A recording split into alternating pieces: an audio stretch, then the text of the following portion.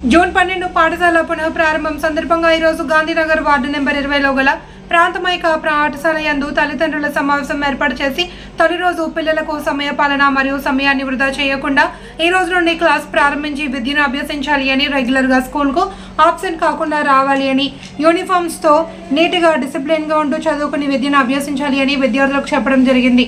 Parents ని పిల్లల్లో discipline పెంచుకుంటూ పిల్లల హోంవర్క్ చేస్తున్నారా లేదా గమనిస్తూ పాఠశాలకు ఆబ్సెంట్ కాకుండా హాజరుపరచాలి అని తమ బాధ్యత అని పేరెంట్స్ ని తెలపడం జరిగింది.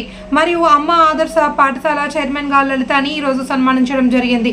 విద్యార్థులకు యూనిఫామ్ మరియు పాఠ్య పుస్తకాలను పంచడం జరిగింది. కార్యక్రమంలో స్కూల్ ప్రధానోపాధ్యాయులు మాధవి, రాణి టీచర్, తల్లిదండ్రులు, విద్యార్థులు పాల్గొన్నారు.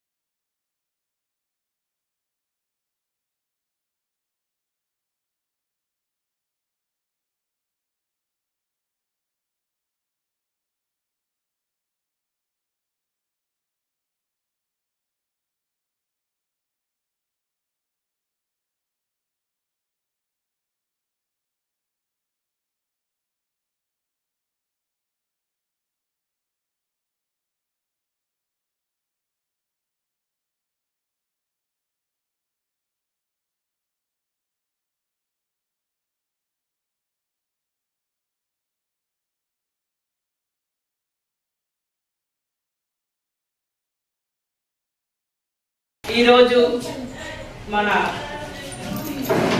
School new year academic year opening రోజు, పాఠశాల కూడా ప్రారంభమైన రోజు.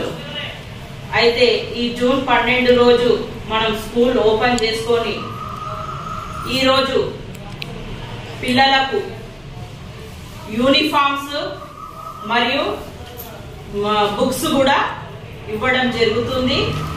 కావున ఇప్పుడు ఇక్కడ విచ్చేసిన పేరెంట్స్ కానీ స్టూడెంట్స్ కానీ చెప్పడం ఏంటంటే, మనకు సమయం అనేది చాలా విలువైనది.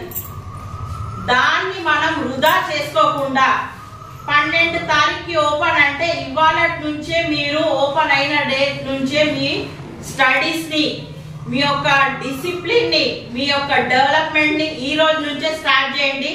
ఇవాళ స్టార్ట్ అయింది, మళ్ళీ ఒక 4 రోజుల తర్వాత మండే నుంచి పంపిస్తామని పేరెంట్స్ కొందరు, మళ్ళీ ఒక నెల ఓనియండి జూలై 1 నుంచి పంపిస్తాము. ఇలాంటిది చేయకుండా, సమయం అనేది వృధా చేయకుండా, మనకు సమయం అనేది చాలా అమూల్యమైనది.